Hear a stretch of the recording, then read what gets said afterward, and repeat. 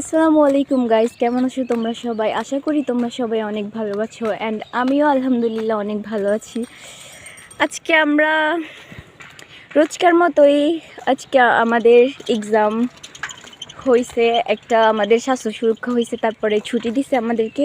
তারপর ম্যামের সাথে আমরা হাঁটতেছি, হঠাৎ করে মনে পড়লো আজকে অনেক দিন ধরে আমরা ব্লগ করি না, এই জন্য আমার ব্লগটা আবার শুরু করলাম।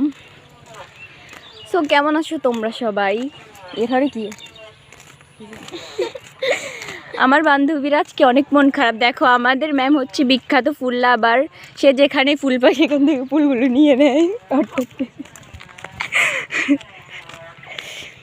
দেখছো আমাদের এখানে গাছপালা, ভিউ কত সুন্দর দেখছো। আমরা এই ভিউ দিয়ে প্রত্যেক দিন হাঁটাহাঁটি করি, হাঁটাচলা করি।